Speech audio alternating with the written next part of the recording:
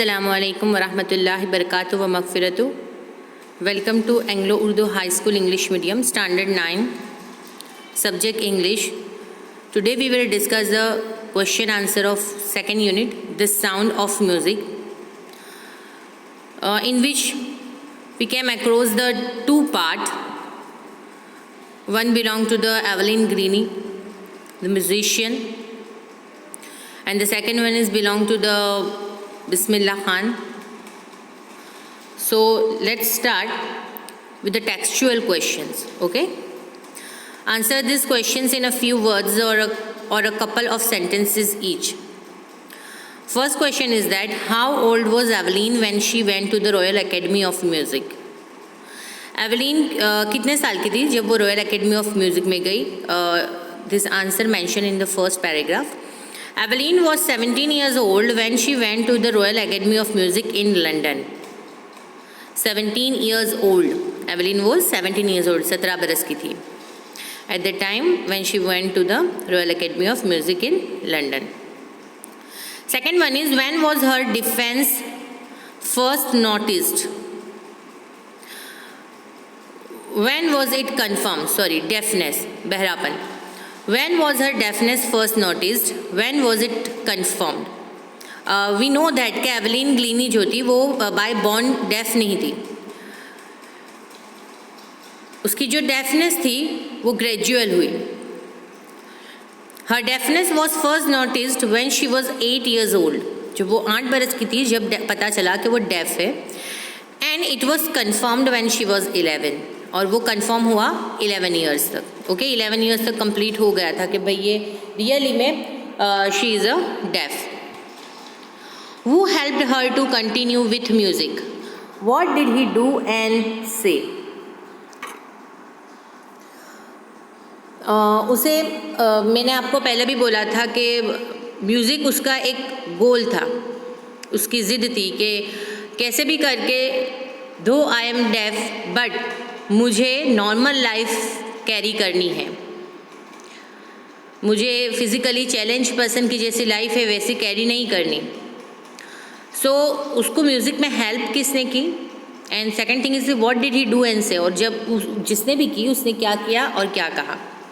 परक्यूशनिस्ट Ron Forbes help Evelyn to continue with music because बहुत सारे musicians ने refuse कर दिया था, डिनाई कर दिया था कि तुम म्यूज़िक से तुम्हारा कोई वास्ता ही नहीं है, तुम उससे कोई कनेक्टेड ही नहीं कर पाओगे because you are def.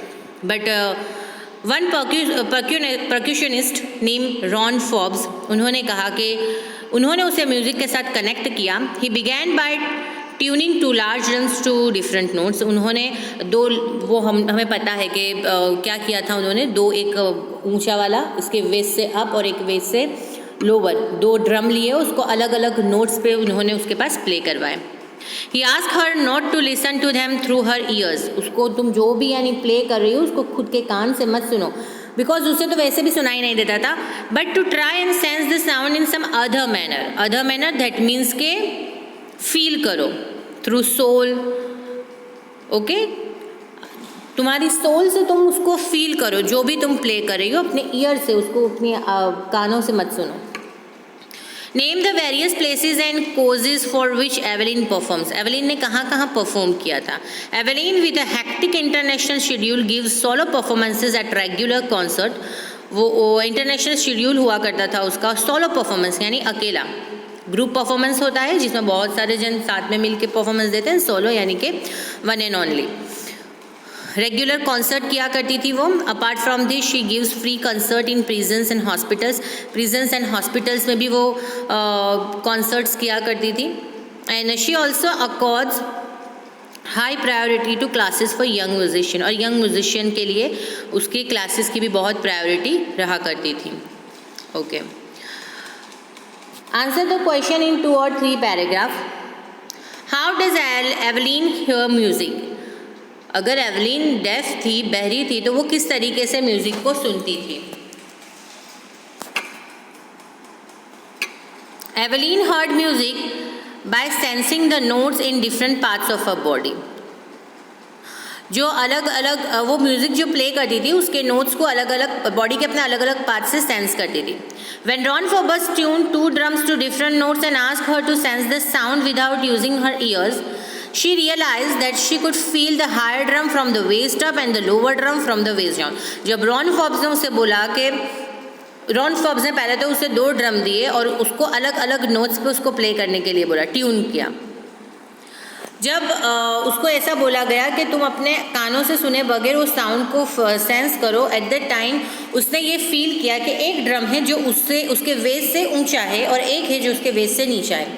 So through the body parts वो हमेशा म्यूज़िक को फील किया करती थी. She learn how to open her mind and body to sounds and vibration. और उसने सीखा कि साउंड्स और वाइब्रेशन के थ्रू किस तरह अपनी बॉडी और किस तरह अपने माइंड को कनेक्ट करना है. It was share determination and hard work. और उसके लिए बहुत डिटर्मिनेशन और हार्डवर्क की ज़रूरत थी और उसने वो किया. When she played the xylophone she could sense the sound passing up the sticks into her fingerprint. मैंने आपको जाइलोफोन बताया है जब चैप्टर में एक्सप्लेन कर रही थी, जबकि वो कैसा होता है.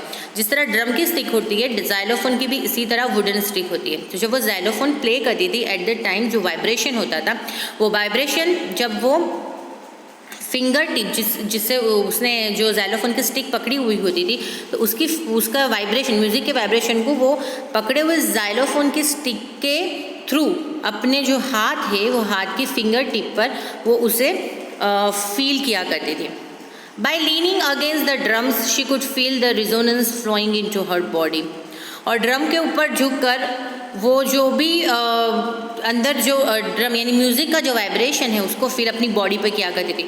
On a wooden platform she removed her shoes so that the vibration could pass through her bare feet and up her leg. और जब वुडन फ्लोर हुआ करता था तो जब वो अपने शूज़ वहाँ पर उतार दिया करती थी ताकि जो म्यूज़िक की वाइब्रेशन हो, म्यूज़िक का जो ट्यून हो, जो सेंस हो, वो पूरे वुडन फ्लोर पे होगा. तो वो वुडन फ्लोर के ज़रिए उसके पैर से वो उसे महसूस किया करती थी. She herself said that music poured in through every parts of her body and it tingled in the skin, her cheekbones and even in her hair. वो यूँ कहा करती थी कि जो म्यूज़िक है वो उसके पूरे बॉडी में फैला हुआ है, हर पार्ट में, स्किन, उसके चिकबोन्स, उसके हेयर, सब पार्ट में. ओके ये एवलिन ग्रीनी के शॉर्ट क्वेश्चन आंसर एंड एक 1 लॉन्ग क्वेश्चन आंसर हमने कर लिया. Second part the shehnai of Bismillah Khan. Okay first question, the Shehnai Pungi was a reeded noise maker and Bismillah Khan, a barber, ke Ali Bugs transformed the Pungi into a Shehnai. Okay, the pungi और शहनाई. तो the pungi was a reeded noise maker. पुंगी जो थी वो बहुत noise maker यानी बहुत सारे रीडेड यानी मैंने आपको बताया था कि ऐसे सब इंस्ट्रूमेंट जिसके अंदर होल हो और जिससे हम थ्रू एयर ब्लो कर कर हम म्यूज़िक क्रिएट करते हो, उसको रीडेड बोला जाता है. तो वो रीडेड नॉइस मेकर थी. अब इसमें से बार्बर, बिस्मिल्लाह खान और अली बख्श ट्रांसफॉर्म द पुंगी इनटू अ शहनाई. तो हमें पता है कि जो बार्बर है वो बार्बर ने क्या किया था, पुंगी को शहनाई में ट्रांसफॉर्म कर दी थी. बिस्मिल्लाह Khans paternal ancestors where, Bismillah Khan के पैटर्नल एंसेस्टर थे वो क्या थे, बाबर्स थे या प्रोफेशनल म्यूजिशियंस थे. तो हमें पता है कि बिस्मिल्लाह खान के पैटर्नल और मैटरनल दोनों एंसेस्टर्स जो थे वो प्रोफेशनल म्यूजिशियन ही थे.